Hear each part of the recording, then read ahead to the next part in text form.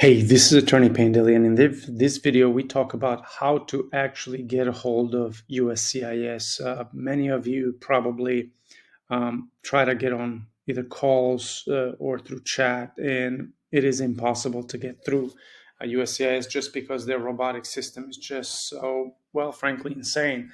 And so in this video, I'm going to share there's a little bit of a trick that we use, and maybe we think it's a programming error on their end or just some loose end.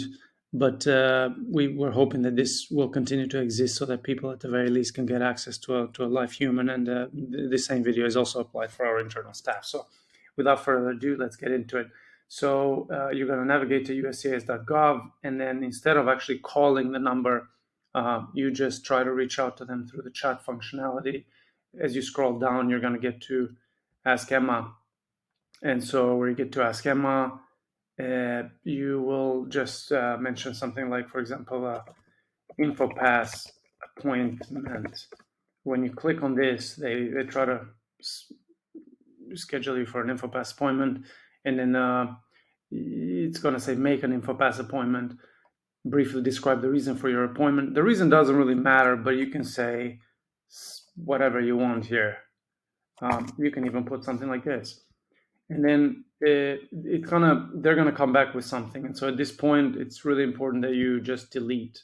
And so it's gonna say, what else can we help you today? And so then at that point, you just make the same request.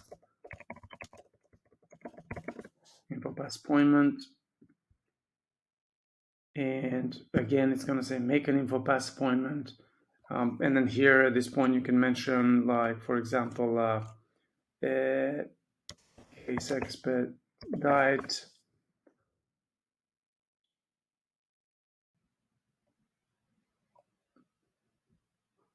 Of course, it's waiting. And then you can say connect to live agent here.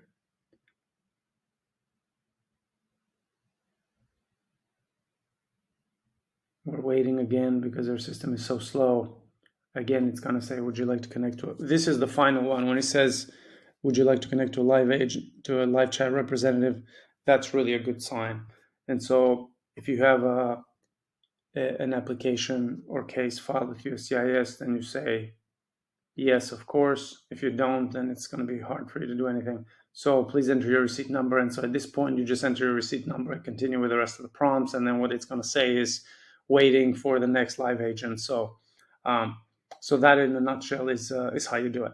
I hope this was helpful to you all.